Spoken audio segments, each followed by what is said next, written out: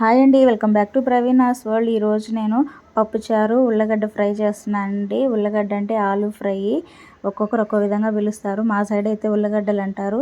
First కందిపప్పు కడిగేసి కొంచెం వాటర్ వేసుకొని పెట్టుకోవాలి. ఇప్పుడు అందులోకి 3 మీడియం సైజు టమోటాలు వేస్తున్నాను. మంచిగా పండు మాగిన టమోటాలు వేసిన తర్వాత 4 పచ్చిమిర్చి వేస్తున్నానండి. మంచిగా ఉంటుంది పచ్చిమిర్చి వేస్తే పప్పుచారుకి. ఇప్పుడు అందులోకి వెల్లుల్లి కూడా వేసుకుంటే బాగుంటుంది. ఇప్పుడు అందులోకి చింతపండు కడిగి కొంచెం అన్నా వేసుకోండి, డైజెషన్కి మంచిది. ఇప్పుడు అవన్నీ వేసుకున్న తర్వాత 3 స్పూన్స్ కారం వేస్తున్నానండి. ఆల్రెడీ పచ్చిమిర్చి 4 వేసాను కాబట్టి చిన్న స్పూన్తో 3 స్పూన్స్ వేసాను. అవన్నీ వేసుకున్న తర్వాత కుక్కర్లో పెట్టుకొని 5 విజిల్స్ వస్తే చాలు. ఇప్పుడు ఆలు ఫ్రై ప్రిపేర్ చేస్తున్నాను చూడండి.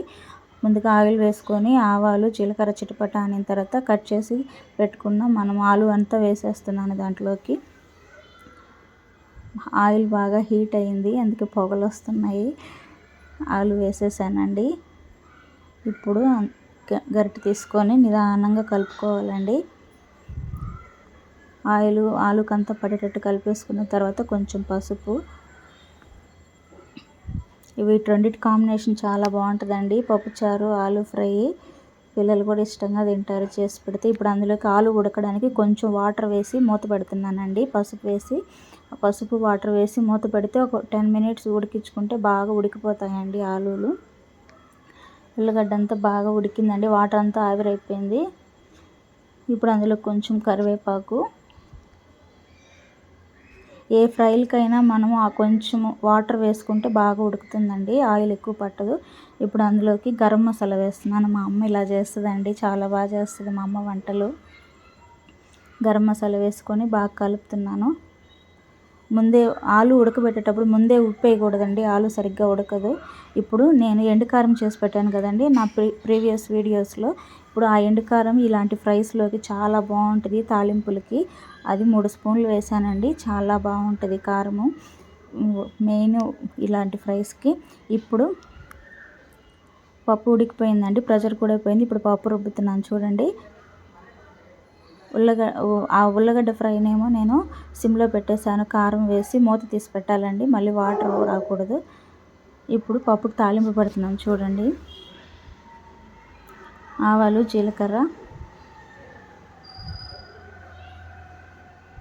కొంచెం ఆనియను, చిన్న సైజు ఆనియన్ అయితే ఒకటైతే సరిపోతుందండి పప్పు తాలింపుకి. కరివేపాకు,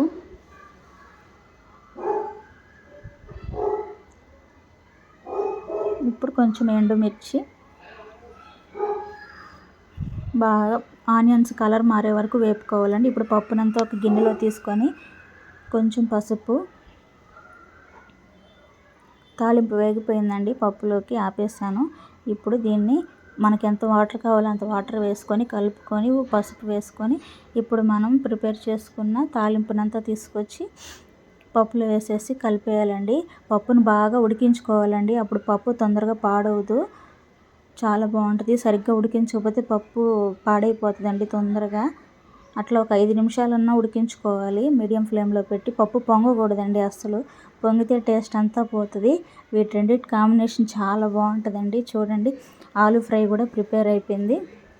ఎంత మంచి కలర్ వచ్చిందో ఆలు ఫ్రై. వీటి రెండింటి కాంబినేషన్ చాలా బాగుంటుందండి, ఒకసారి ట్రై చేయండి మీరు కూడా. మా అమ్మ స్టైల్లో చేశాను ఈరోజు నేను ఆలు ఫ్రై, నాకు చాలా ఇష్టము. Thanks for watching, please subscribe. Bye friends.